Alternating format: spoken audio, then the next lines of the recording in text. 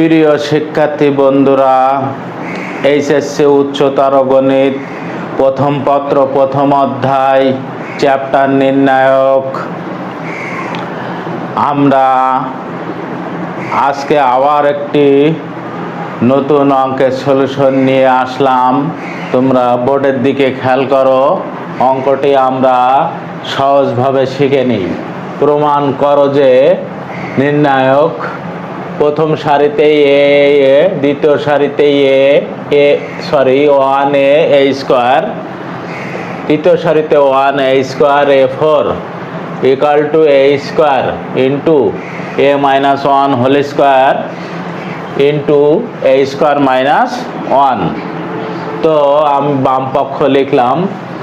তাহলে আমি প্রথমে আমাদের খেয়াল করতে হবে, আমি আবারও স্মরণ করিয়ে দিই যে নির্ণায়ক করার সময় আমরা দুটো টেকনিক আমরা স্মরণ করব।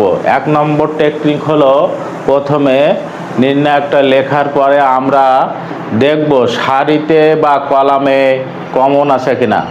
যদি কমন থাকে অবশ্যই সারি বা কলাম থেকে আলাদা আলাদাভাবে আমাদের কমন বের করে নিতে হবে।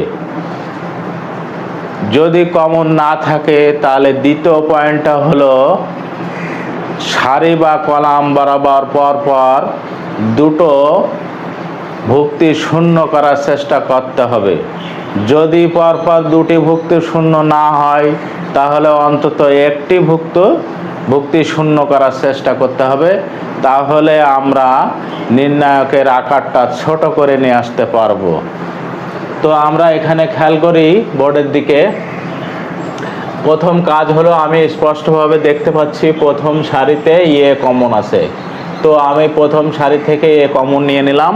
কমন নেওয়ার পরে আমাদের যে নির্ণায়কটা তৈরি হলো, তো এই নির্ণায়কটা আমি 18 পর্বে আলোচনা করছি।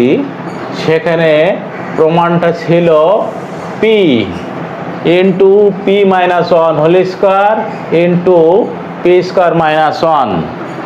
এখন দেখছি এই প্রমাণে এ স্কোয়ার এসেছে। তো পির বদলে অঙ্কটাতে দেয়া রয়েছে। এখন অঙ্ক সৃজনশীলের ক্ষেত্রে বিভিন্ন রাশি প্রশ্নপত্রে আসতে পারে। এ থেকে জেড পর্যন্ত যে অক্ষরগুলো আছে ইংরেজি, সেগুলো আমরা ব্যবহার করতে পারি। আলফা বেটা গামা ব্যবহার করতে পারি। গণিতে যে কোনো প্রতীক আমরা ব্যবহার করতে পারি। এভাবে অঙ্ক পরিবর্তন করলে বিভিন্ন আকার তৈরি হয়। তো সুতরাং আমি বলতে চাচ্ছি যে এই অঙ্কটা 18 পর্বে আমরা শিখছি। এ কারণে আমি এখানে লিখে দিয়েছি যে বাকি অংশ আমরা 18 নং পর্ব থেকে করে নেব। তাহলে এইটার রেজাল্ট আমরা পাবো a into a minus one whole square into a square minus one. তাহলে শেষ লাইনটাতে যে এর সাথে এ গুণ করলে আমরা এ স্কোয়ার পেয়ে যাব। তখন আমরা ইকুয়াল টু ডান পক্ষ লিখে দিতে পারবো এবং বলবো প্রমাণিত।